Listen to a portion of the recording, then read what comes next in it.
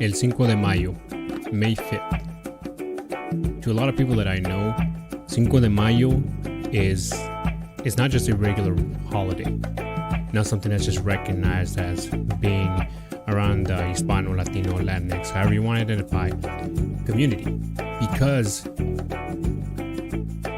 it signifies a lot more than just a type of heritage. It signifies more than just the confusion of it being mistook for Independence Day of Mexico, which is the 15th of September.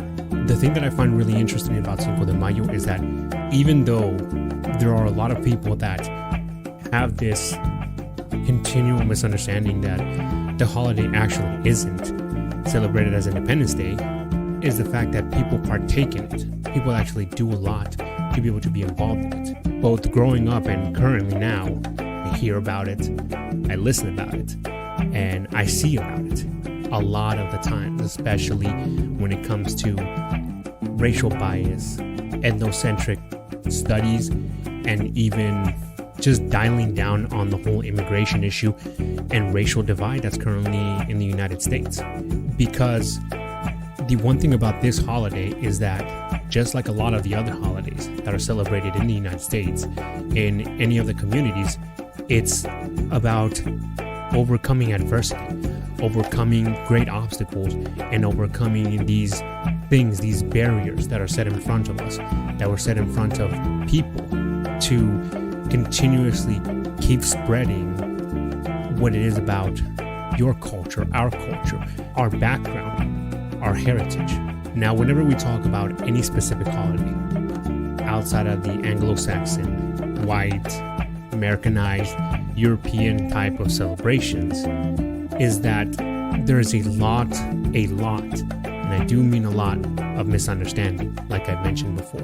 But we're going to dive a little bit deeper into the true significance of Cinco de Mayo with a little bit of a general history lesson real quick, and then talking about how every single specific point of the holiday in itself is more than just of its origins, but how it has actually become a complete celebration of Hispano-Latino culture, of Mexican culture, of the culture of the Western United States prior to the annexing of California, Mexico's dispolishment after the whole situation with Texas, and then the American invasion of Mexico and everything that happened after. Because Cinco de Mayo is by far is the only Hispano holiday that we celebrate in the United States more than it's actually celebrated in Mexico. So, to begin, whenever we talk about Cinco de Mayo, May 5th, the disconnect between it being considered Independence Day and its actual origins is not that far off. And I want to say it to this extent, and to anybody that has some doubts or even has had some sort of confusion with the date itself. And by no means, I'm not a history lesson major. I found out about this holiday. I found out about the origins of the holiday itself a little bit later into my teenage years. And even I was a little bit dumbfounded and confused when there was actual other people that I knew from school that grew up in Mexico, and they didn't celebrate Cinco de Mayo like we celebrated in the United States. So continuing on, Cinco de Mayo commemorates the day that the Mexican Revolutionary Army, currently in the time in the mid to late 1800s, was actually fighting in advance by the French troops into Mexico, wherein the battle took place in the town of Puebla, just a fortified location on its way for the French army who was traveling to the city of Mexico to overtake the country and essentially instill its own monarch after Mexico decided, under the guidance of Benito Juarez, who was technically the current president at the time, decided that it would be better off for the already tired, the already distraught Mexico economic system and its armies and its people to not pay any of the debts, any of the war debts that it had acquired in its time. So within these 2 years of annexing all these taxation, the French government, the French monarchy, decided to ally itself with the English and the Spaniards. And in this whole situation with them allying themselves, they would essentially be assisting France and taking over Mexico. But as well at the time, there was also a whole other situation going on between what was the true intentions of France and what the actual other powers that were involved knew. At the time, both Spain and England didn't know about this. They had no idea about France's own personal motivations to essentially create a whole new property, a whole new colony for France, that they withdrew their support from France, from the, like I said, the annexing France of Mexico. They withdrew their power and support from them, letting them essentially not necessarily drown, but to fend for themselves against whatever foe, whatever group, or whatever resistance they faced while inside the country. Now, continuing on, this battle was a success. And like there has been the saying, you may have won the battle, but you lost the war. And eventually, it was kind of like that, to the extent where this one battle was a precursor, a very hard turning point for the Mexican Revolution, for the people to be able to rise up and to be able to take arms within the whole situation and give them a little bit of morale, an extra boost to be able to try to take the country back and reinstill its actual government, the Mexican government, which is now drafted under the current Mexican Constitution. So what took place in this battle was literally a ragtag group of revolutionaries, people putting up arms to be able to defend themselves, to be able to defend their plots of land, their town, their homeland from these invaders, the French being the invaders. And like I said, this ragtag group had what was essentially, what we are essentially taught, what the Revolutionary Army did in the United States in the initial stages of the Revolutionary War. That's essentially how they were fighting. You might even equate it to the whole current situation that just concluded in Afghanistan. People were fighting in sandals. People were fighting in whatever was available to them. You weren't fighting people. They weren't fighting any truly trained army. Did they have some sort of military experience, some type of skirmish time? Yes. But were they formally trained? Were they formally indoctrinated into what it is like a militia type of style of infantry divisions and attacks and tactics and strategies? By no means at all. But that will always be one of the great underlying things about both resistance groups and revolutionary armies, is that don't discount the tenacity, don't discount the whole situation of people fighting for a cause and fighting for their people, fighting for what they believe is true in any background, in every background, wherever it is in the world. So a lot of people attribute this battle being one of the great turning points, as I mentioned. But what a lot of people don't know is that not only were the Mexican revolutionary forces down in numbers and supplies and firepower, the one thing that they still attribute to it, that has actually been studied in some of the military colleges in Mexico, in the Mexican La Secretaría de Defensa, which I can tell you is one of those decisive points, is that the strategy that took place. And like I said, with one of these attributing things that helped them succeed in the battle was literally the inclement conditions. What the French army didn't know and were unlucky to have been stumbling upon when it came to this whole situation was that the main bunker, the main stronghold of the town itself being essentially its own mission, its own encapsulated city, essentially sat atop a hill. With it setting atop a hill, they already had a very high strategic type of capability. The higher the ground, the better the ability to be able to maintain and to hold power. But also the second factor when it came was, one, the rough terrain that the French were not prepared for, as well as the inclement weather conditions that happened to occur during the battle itself. When you talk to people, to historians, about what actually occurred between the initial hours of when the battle began in the first few days, upwards of to maybe the second or third day, was that the deciding factor was literally the terrain, the tactical and strategic placement of the town itself, and the misinformation or lack thereof information from the French army of the inclement weather conditions and the terrain. Because in the hours of when they began to attack was when it began to rain. And like I mentioned, them trying to make an advance upwards to a fortified location, a fortified hill. The things that they didn't take into account, besides the inclement conditions, was that the terrain wasn't hard rock. It wasn't gravel. It was the clay, muddy surfaces. This helped out for the Mexican army, the Revolutionary Army, to be able to maintain their position, but also not have to be pushing back so much that they had to withdraw from the city itself. Along with their tenacity, they saw the opportunity to be able to forward strike a counterattack against their cannons, against their personnel, while they were stuck in the mud, while they were stuck wet, cold, hungry, and just not aware of this whole situation, and drive them back into retreat to the trails that they took from Veracruz, where they landed. Now, eventually, word of this battle, word of the success, spread throughout the country, eventually reaching the ears of every single location and every single person around the country. One of the few things that I guess isn't really known is that at the same time, there was also the American Civil War going on.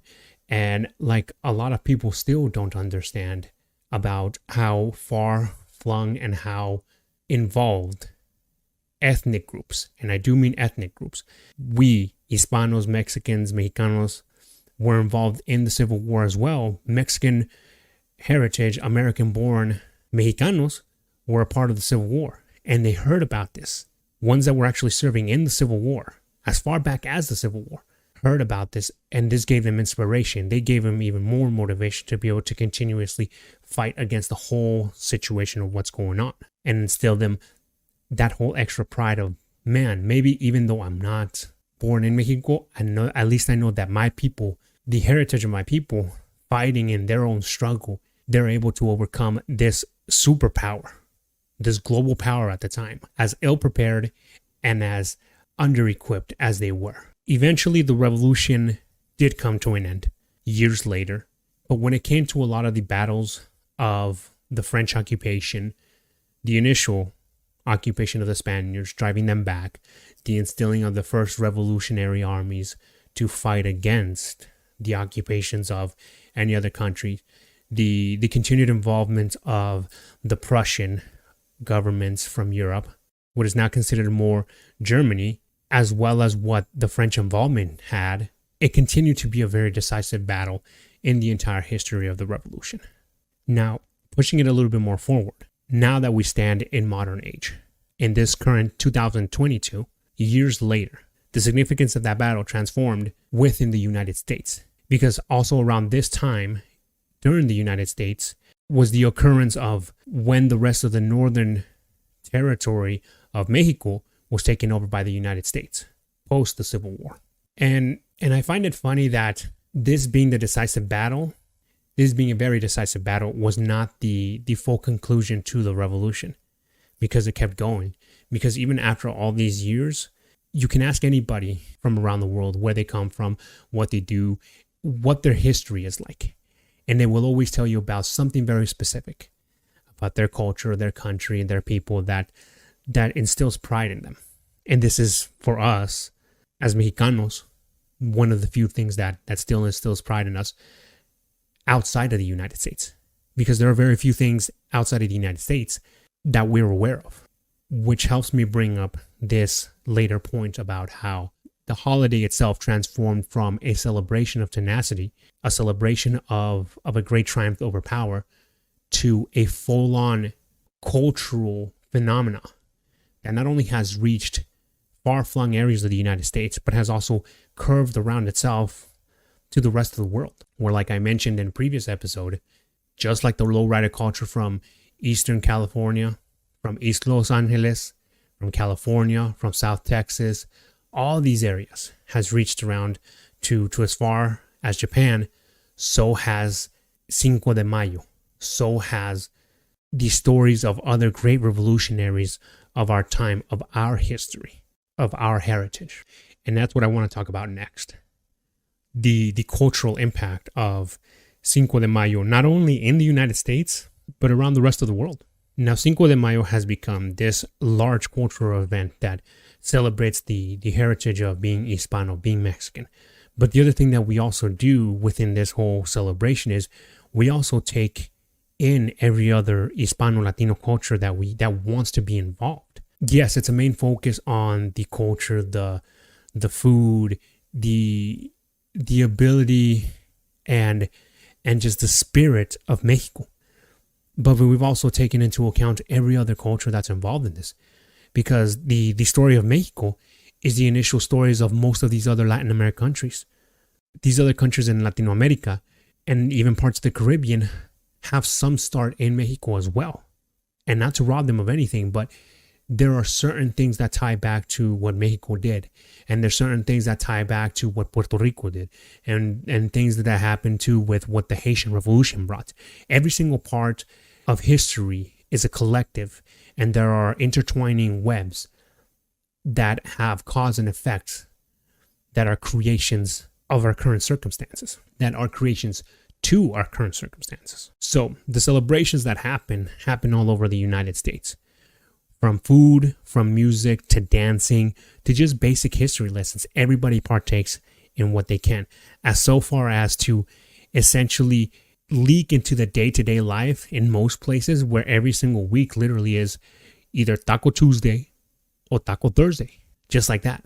And especially even more when Cinco de Mayo falls on a specific Taco Tuesday or Taco Thursday, that it gets a little bit even more rowdy. Me, I still remember growing up in school, and even though, like I mentioned, it's a small town, it's very restricted. The Hispano community, the people that I knew that were Mexican descent, Cinco de Mayo wasn't exactly just our day, but it was a main day that we all used to be able to get together for an extra reason, for no extra reason, to be able to continue to celebrate our culture, to be able to let our hair down and be, hey, this is what we also have to offer. Just like every single other country that has come to the United States that has immigrant, every single immigrant culture that is here in the United States has to offer. And it was always a beautiful thing, because we would always partake in all of these celebrations, and then we would see other people too partake in these celebrations. But now the most important part about Cinco de Mayo that I still see to this day is, like I've mentioned, is that one thing about instilling that extra pride, instilling that tenacity, and bringing us back to our roots of the type of people that we are, not just as Mexicans, but Hispanos, Latino, Latinx, like I said, however you want to identify in this whole situation. It gives you pride, and it lets you walk with your shoulders a little bit more high, with your forehead to the sky, letting the sunshine gleam down on you, and be even more prideful about who you are, what your people, what our people have helped to contribute with this celebration. And how even though it's just one day out of the entire year, we're able to take that whole day and make it about us. And it's beautiful to do that for anybody. It's beautiful to do that for any culture. To be able to learn a lot about other people's struggles and other people's reasons for why they celebrate things. To close this portion off about Cinco de Mayo, I would eventually like to want to do a specific episode on each one of the holidays. Especially now that, even though there has been a lot of a higher push to be able to recognize Asians, Pacific Islanders, Middle Easterns in May, there's also the African American community from every single country in Africa. The information and also holidays that are celebrated in the Middle East, in the entire Mediterranean region, things like that. Even more unorthodox holidays too, like the Scandinavian countries. There's a lot to be learned about all of these holidays and all of the reasonings for the celebrations. And eventually I would like to touch on that once more, once I have the opportunity to be able to interview and bring in more people for those segments. Because this podcast isn't for me, it's for you. And these are just small refreshers and things that are just to be talked about for the moment. Now, in the last portion of this episode, the cultural effect that Cinco de Mayo has had, not only on the United States, but on the world stage in itself, is quite large. Because as far as we see it, as far as we know, and as far as things are available to us now, even more in post-internet age, in the current high information age, is that we're able to see how this holiday has affected a lot of other countries, where I have seen and looked up videos in the early days of YouTube, and then even more common, seeing that people in Europe are celebrating Cinco de Mayo because of our influence, either exchange students, people that have moved there, people that are available to be able to make these celebrations happen for the exchange programs, or just because they want to be able to try to contribute something else, or a little piece of what makes them happy that we remember about our country, about our growing up, to this other group that wants to learn about it. As far as Japan, as far as Korea, these exchange programs have helped give and keep spreading a lot of the knowledge about the rest of the world, about the rest of society, and our group of people. Where, like I said, especially in Japan, it's not just the lowrider movement, it's also the Hispano community, the Latino community, outside of the military, people that have moved outside of the United States, outside of Mexico, outside of the comfort zone, to be able to live in these other countries. So to keep it short, this episode really isn't that much of a highlight, but a small history lesson, and about how large of an impact Cinco de Mayo actually has been, and then how it continues to still be a large impact on the cultures that it touches and what it really means to people.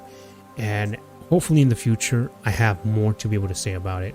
I'm able to actually bring more people into this, to be able to tell their sides of the story, to be able to tell their experiences of growing up with Cinco de Mayo, and in even being ESL. It'd be a great time, and it'd be a great informational episode for them to tell their experience. So for the moment, all I can say is enjoy the day, celebrate your history, be as involved with your people in your country as well as outside of your country, and let it be known and understood that you as a person, you as a Hispano, you as a Latino, you as a Latinx, you as any type of ethnic group, ethnic individual, can enjoy and can be prideful for just one day of where you come from, of who you are and what you do. Because it isn't just about being ESL, it's about being who you are first, primarily, and never denying who you are or putting yourself second to what it is you want to be. Because ultimately, this is your life, this is your culture. They're not just what this show is. They're not just ESL Sessions.